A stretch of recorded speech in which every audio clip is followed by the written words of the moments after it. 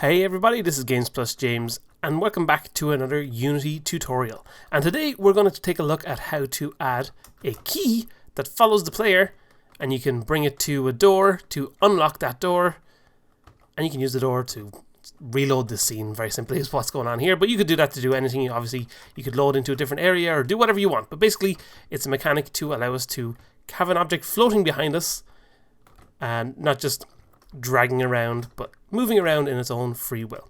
So how we're going to do this is actually very similar to how we do it in our game Scoot Kaboom, which you can see on screen here now. You can see we use this for collecting crystals, and you bring them to checkpoints to redeem those crystals. And of course, before we dive into the tutorial, make sure that you go and wishlist the game on Steam now, because wishlisting really helps the game out and really helps push it in Steam's behind the scenes systems and really helps the game when it gets released. Okay, so let's go ahead and dive in to making this key work. Okay, so here in Unity, I've got this very simple scene set up. If you want to follow along with the exact same scene, the link to download the project files will be down below, or obviously you can just use your own sprites and whatever, because this will be a fairly generic and easy to use thing. So at the moment, nothing happens when I go near that key, and if I run down to the store, nothing happens over here. They're literally just some art files in the game. So first thing we want to do is make this key follow along behind the player. Now, I've already added a circle collider to it that is a trigger so that we can detect when the player interacts with the key. So we're going to go ahead and add a script to this next. So let's go in here and I'm going to create a C# script that I will call key. I'm going to add that to the key. Once it compiles, there we go. Drag and drop it on there, and we'll open this up. And we're going to need to know a couple of things to keep track of what the key is doing. So by default, the key will just be hanging around there in the air. And then what we're going to do is add a private bool that we'll call isFollowing. And this will be keeping track of whether the key is currently following the player or not. Then we're obviously going to need to keep track of how fast it's moving. So we'll add a public float follow speed without an X in it for some reason. And then finally we're going to need to know where the key should be moving to. So we're going to have a public transform follow target. So this will be the object that the key should be following. Now, the reason we're doing this and not just making it always go towards the player is that back in Unity here, what we want to have happen is when the player collects the key will follow the player. But when we get to the door here, we'll make the key move towards the door. So with that in mind, we can say, hey, we're going to follow the transform position of the player, and then we're going to move towards the transform position of the door. Okay, so we've got a follow target. We've got all this stuff. So let's say what will happen when we want to move. So when we want to move in our update loop, we'll know that if isFollowing is true, so if we're starting to follow something, then in here we're going to update our transform position. So we're going to say transform.position equals vector3.lerp. So we're using the lerp function to move from one position to another. So we're going to move from our transform.position, so that's where we start at, and where we go to is wherever our target is, so our follow target.position. And how fast we want that to happen is our follow speed multiplied by our time.delta time. So we want to make sure it's consistent and works on different speeds on different machines. Or, well, works at the same speed on different machines, so that's why we use time.delta time. So I'll just save this and let's just go back into Unity and see this in action. So just for the purposes of testing this out, I'm going to go here. Let's say our follow speed will be 3 by default, and I'm just going to set the target to be the player for now, and we'll adjust that in a little bit. Okay, so we've got our player. Let's go ahead and press play, and when I go and run up, oh wait, no, nothing's happening at the moment, because of course our isFollowing is always false. So just in the start for now, I'm just going to say isFollowing equals true, just for the purposes of us testing this out. And let's go back in here.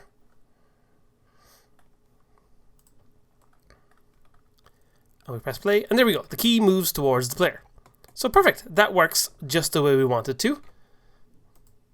But we don't want the key going to exactly on top of the player like we had there. So what we'll actually do is on our player here, I'm going to right click and I'm going to create an empty as a child Then I'm going to move this empty point to just behind the player here, like so. So now if we set this as the follow target on our key, so actually we'll just rename this to be the key follow point, and then on our key I can click and drag that in here for our follow target. And now if I press play, we'll have the key hovering behind us like this. Now in my player code, I'm swapping the local scale of the player on the x-axis, so that's why when I move like this, if I just turn off maximize on play here, this will be easier to see. If I highlight the player here, you can see my scale here at the moment is 1. When I move to the left, it's -1, and that makes the follow point flip over from side to side. If I highlight the follow point here, you can see when I move, that point moves to either side. So now we have the key following along behind the player, which is perfect, but obviously we don't really want the key to be following the player the whole time. So I'm just going to go back to my key here, and the first thing I'm going to do is remove our target, because we don't want it to have a target by default.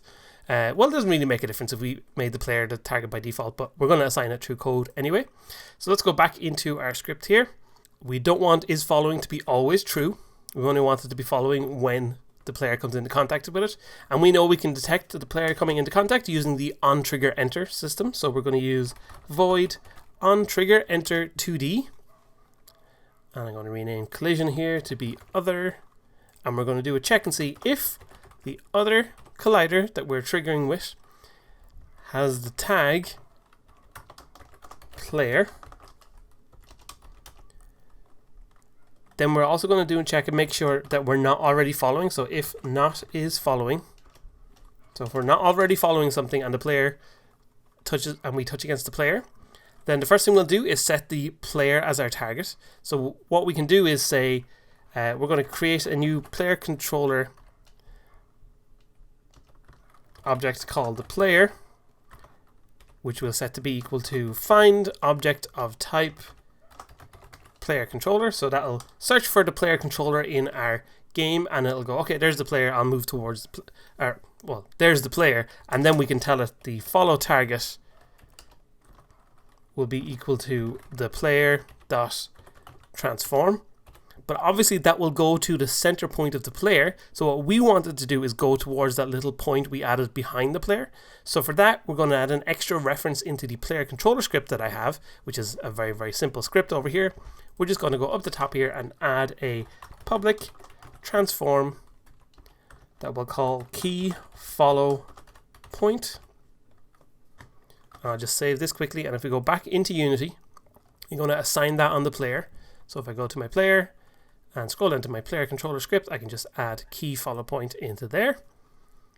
And then back in our script, in the key section, instead of setting it to the player.transform, we'll set it to the player.key follow point. Okay, for now, that's what we're going to have.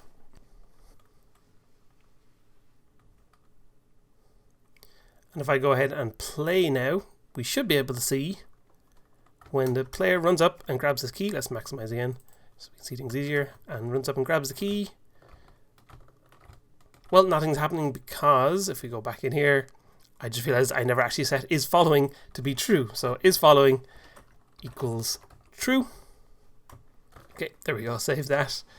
Kind of the most basic thing that we need to include it there. And we press play, run up here, jump, and grab the key, and there we go. So the key is now following the player just the way we want it to.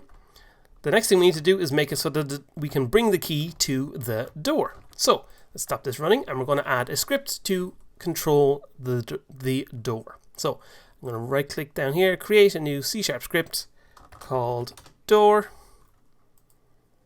Oop, there we go. And click and drag this over here and open this up. And before we dive into adding some code, actually, let's just jump back in here and see what do we want the door to do. Well, obviously we want the door to, whenever the player comes into contact with the door, so we have a box collider already attached to it with a trigger zone, so that's how we can detect the player touching the door. But whenever the player is touching the door, we'll do a check and see, hey, does the player have a key? Is there a key following the player? If it is, then we'll make the key go towards the door, and then when the key gets to the center of the door, for example, we will make it switch to an open sprite, and then we can add some simple code to allow us to go through the door. So one thing we're going to really need is to be able to tell whether the player has a key following behind it. So for that, I'm going to add a very quick little line to our player controller script again. And up here, we're going to add a public key reference called following key. And then whenever, back in our key script, whenever we activate that we're starting to follow the player, we're going to tell the player dot following key equals this. So we're saying, hey, the player, the object that we want to assign to the player as having a following key is this exact key in the world.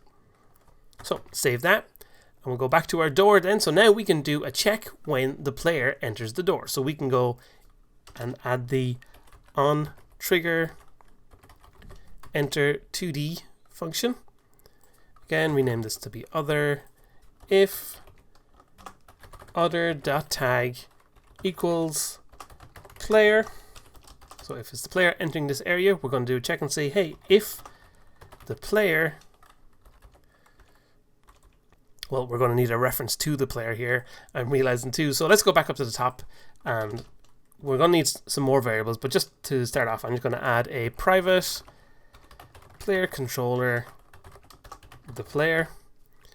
And then in my start, I'll assign the player here. So the player equals find object of type player controller.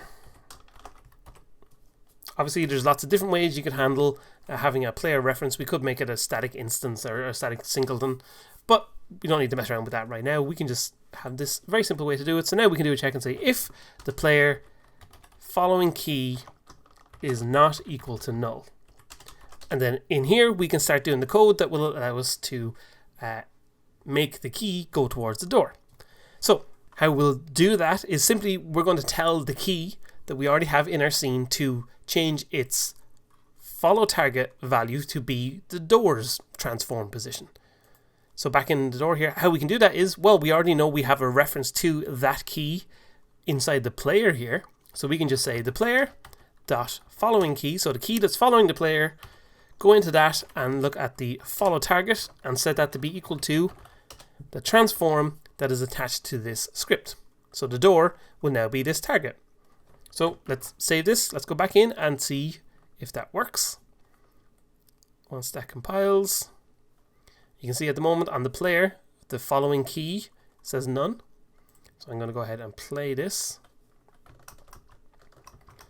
And if I grab the key, we run in, and we touch against the door, and there we go. The key is now gone to the center of the door. So perfect. That's working nicely. There's one extra thing we want to clean up with this, which is that if I pause the game here and go to the player, you can see the key is no longer following the player, but we still have it marked down here as following the player. And that's because the key hasn't been used to unlock the door yet. So we're going to make sure when we open the door that this gets removed from being a child of the player, or sorry, being referenced by the player. So let's stop this running. Let's go back in here. And now we need some variables for us to use in here. So first thing is we want to make sure that when the key goes towards the door, that it switches the door to being open. So we want this to happen visually. So we're going to have a reference to the sprite renderer that the door uses to display its sprite. So we'll just call this the SR. And then we're going to want a public sprite that we're going to call door open sprite, and this is just going to be the sprite that shows the door being open. Okay, so then we're going to keep track of the situation that's happening with our door at the moment. So we're just going to use some bools for this to keep it nice and simple. So I'm going to have a public bool. I'm going to have one for door open, so this will tell us whether the door is open at the moment, and we'll also have one for waiting to open. Oops. Didn't mean to go to that. Waiting to open. There we go. So what we're then going to do is scroll down here back to our on trigger enter. And as soon as we collect the key, or sorry, as soon as the key gets set as the moving towards the door, we're going to say, okay, well at that point we're waiting to open the door. Or waiting to open equals true.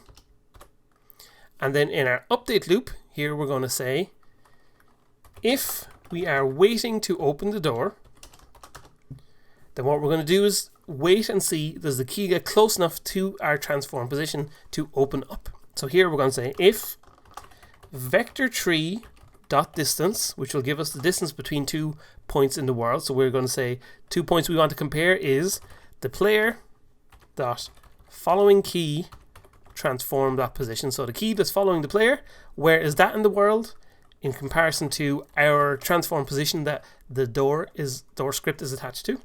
So the distance between those 2 points, and is that less than 0.1? So is it very, very close to the center? We don't need it to be exactly at the center, but very, very close will do for us. And then we're going to say in here, okay, well, if we are close enough, well, then stop waiting to open. Waiting to open is false. And then we're going to say, we're going to assign door open to be true, because at this point the key is close enough, so we're going to open the door. So when we want to open the door, we need to switch the sprite that we have visually. So the sprite renderer dot sprite equals door open sprite. And then, as I said before, we want to make sure that when the key gets to that point, we want to remove the key from following the player. So we want to say the player dot following key equals null. So now there's no longer a key following the player. And just before we do that, we'll also deactivate the game object of the key in the world. So the player dot following key dot game object dot set active false. And we'll do that so it'll look like the key disappears. So I'm just going to save this. Let's go back into Unity here. And once that's compiled, I can, oh wait, no, I won't play. Stop this. I need to assign these things to the door. So we've got the sprite renderer will slot in there. The door open sprite I'll pop in here from my sprites I have over here. And door open and waiting to open, we don't need to see both of those. We don't need to do anything with those. It's handy to see them here just so we can see what's going on if we want to for testing. But I'm going to go ahead and play now. And now when I go up here, I can grab the key, run down here, and when the key goes to the door, there we go. The door opens up.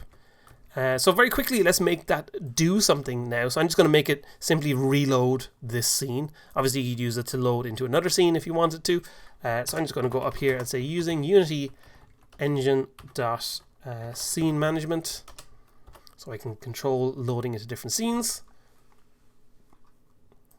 And then I'm going to do a check here and say, hey, if the door is open, and we're going to check and see is the player close to the door. So if vector tree dot distance between the player dot transform dot position and our transform dot position, if that is less than 1, we'll say. So if both of those are true, and input dot get axis vertical. So if the player presses up, basically we want to check. So if input dot get axis vertical is greater than 0.1. So if the player presses up and we're close to the door and the door is open, then we're going to say scene manager dot load scene, and I'm just going to, the scene I want to load is just the currently active scene. So scene manager dot get active scene dot name. Okay, so we'll save this and we'll go back in here, and I'll go ahead and play. So if I grab the key, I can run over here. When I touch the door, it opens, and if I press up, there we go. It resets me and it reloads the scene in our world. And that's basically it. That's the functionality of what we want our keys to do. But we can spice it up a couple of little tweaks just to make things look nicer that I would recommend doing. One is that when we collect the key here, if we just stand here, the key is very, very static. So it would be nice if we could make the key move a bit more. And the other is that when the key goes to the door, at the moment it just kind of disappears, which isn't a lot of fun. So we'll fix the key just disappearing first of all. On the door object here, I've already gone ahead and created a particle effect. If I open it up here, if I just press play, it just creates a little simple colorful explosion. So what we're going to do is when the key hits the door, we're just going to activate that effect. So let's go back into our script. I'm going to have a simple reference here to public game object collect effect. And then down here where we're waiting to open, when we set the door to be open and we change the sprite and all this, we're also going to say here collect effect dot set active true. So just one extra line of code and one extra reference we have up here will allow us to have a much nicer looking effect. So I'm just going to drop the collect effect in there, and if I go and play, let's grab the key, fall down here, and when I touch it, boom, all of a sudden it looks a little bit more fun and engaging. And to make the key follow behind the player and move up and down, we could add some code to control that, so we could make the key always be constantly gradually waving up and down. If we want to do, that's a very perfectly valid way to do it. But also I always like to make things as easy as possible, and a really easy way to do this is simply to go to my player over here, and if I go to my key follow point, I'm just going to add an animation to this to make it bob up and down. So I'm going to go to my animation here, and with the key follow point selected, you'll notice that what comes up is the player's animation. So this is the animation that I have assigned to the whole player object. So when we want to add an animation to an object that's a child object of something that already has an animation, you can't just go directly in here and create a animation for it. What you have to do is go to your object that you want, add a animator component. Then we need to create a new animator controller. So let's go into the animations here, and I'm going to create a animator controller that we'll call this key point. And if I then click and drag this into this slot here, there we go. So now with the key follow point selected, I can go in here and create a new clip. So I'm going to just call this the key point animation. And then all I'm going to do is I'm going to hit record on here, and I'm going to very simply move this down. So I'm going to move 5 frames forward. Actually, no, we'll move more than that. Let's go to 15 or so, and I'm just going to drag down to about here. So what was that, 0.32? So let's say we're going to 0, and then we're going to make it bob up. But we're not going to go to double that length. We're going to go twice that length because we're going to move up twice as high. So I'm going to move it here to 0.64, and then once we get to 60, that should be at 45, I just realized. Once we get to 60 here, we're going to move it back to 0.32. So let's just play this and see how it looks. It moves up and down. It's a little bit too fast, and it's a little bit jittery because Unity tries to lerp kind of between those points. So what I'm going to do is make it smooth by highlighting them all, right clicking and saying both tangents linear.